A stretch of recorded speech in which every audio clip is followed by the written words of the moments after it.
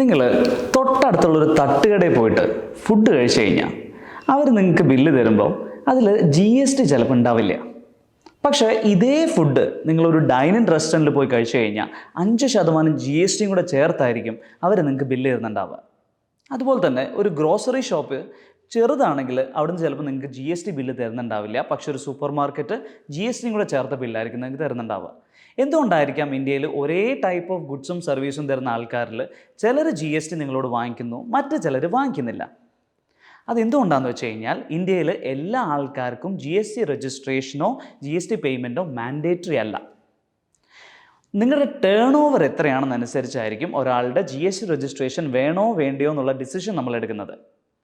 ഇന്ത്യയിൽ നിങ്ങൾ ഒരു സ്റ്റേറ്റിൻ്റെ ഉള്ളിൽ മാത്രമാണ് ഗുഡ്സും സർവീസും കൊടുക്കുന്നതെന്നുണ്ടെങ്കിൽ, നിങ്ങൾ സപ്ലയർ ഓഫ് ഗുഡ്സ് ആണെന്നുണ്ടെങ്കിൽ 40 ലക്ഷം ടേൺ ഓവർ വരെ നിങ്ങൾ GST രജിസ്ട്രേഷൻ എടുക്കുകയോ GST കളക്ട് ചെയ്യുകയോ വേണ്ട. അതുപോലെ തന്നെ സർവീസ് ചെയ്യുന്ന ഒരാൾക്ക് ഇന്ത്യയിൽ മൊത്തത്തിൽ സർവീസ് കൊടുത്താൽ പോലും 20 ലക്ഷം വരെ GST രജിസ്ട്രേഷൻ ഇല്ലാതെ തന്നെ ഓപ്പറേറ്റ് ചെയ്യാൻ പറ്റും. പക്ഷേ ഒരാൾക്ക് GST രജിസ്ട്രേഷൻ എടുക്കണമെന്ന് അതിയായ ആഗ്രഹമുണ്ടെങ്കിൽ അവരുടെ ടേൺ ഓവർ നോക്കാതെ തന്നെ ഗവൺമെൻറ് അവർക്ക് GST രജിസ്ട്രേഷൻ കൊടുക്കും. പക്ഷെ അങ്ങനെ ചെയ്തു കഴിഞ്ഞാൽ അടുത്ത ദിവസം മുതൽ അവർ GST കളക്ട് ചെയ്തിട്ട് വേണം സാധനങ്ങളും സേവനങ്ങളും കൊടുക്കാൻ വേണ്ടിയിട്ട്. അപ്പോൾ നാളെ നിങ്ങളുടെ ഒരു ഫ്രണ്ട് ഒരു ബിസിനസ് തുടങ്ങുവാണെങ്കിൽ നിങ്ങൾ അവരോട് ചോദിക്കണം, നിങ്ങൾക്ക് GST രജിസ്ട്രേഷൻ വേണോ വേണ്ടയോ എന്ന്. ഒരു മാസത്തെ ഗവൺമെൻറ്റിൻ്റെ GST കളക്ഷൻ എത്രയെന്നറിയാമോ? GST കളക്ഷൻ ഒരു മാസം 1,64,000 കോടിയാണ്. അപ്പോൾ ഒരാൾ GST കളക്ട് ചെയ്യാൻ വേണ്ടിയിട്ട് ഗവൺമെൻറ്റിൽ അപ്ലിക്കേഷൻ എടുത്തു കഴിഞ്ഞാൽ അവർക്ക് കിട്ടുന്ന നമ്പറിനെ വിളിക്കുന്ന പേരാണ് GST ഐഡൻറ്റിഫിക്കേഷൻ നമ്പർ. ഒരു GST ഐഡൻറ്റിഫിക്കേഷൻ നമ്പർ എന്താണെന്ന് നമുക്ക് നോക്കാം.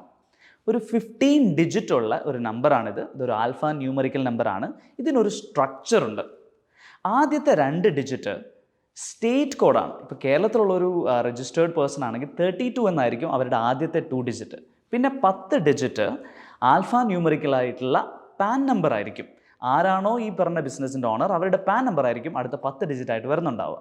പിന്നെ എൻറ്റിറ്റി കോഡ് ചെക്സം ക്യാരക്ടർ എന്ന് പറഞ്ഞിട്ട് 3 ഡിജിറ്റ് വരുന്നുണ്ടാവും. മോസ്റ്റ്ലി നിങ്ങൾ 1Z പിന്നെ 0 to 9 A to Z ഏതെങ്കിലും ഒരു റാൻഡം ആയിട്ടുള്ള ഒരു നമ്പറുള്ള ഒരു 15 ഡിജിറ്റ് കോഡാണ് GST ഐഡൻറ്റിഫിക്കേഷൻ നമ്പർ. അടുത്ത പ്രാവശ്യം നിങ്ങളുടെ ബില്ലിൽ GST നമ്പർ കാണുമ്പോൾ നിങ്ങൾ ഈ സ്ട്രക്ചറാണോ നോക്കണം.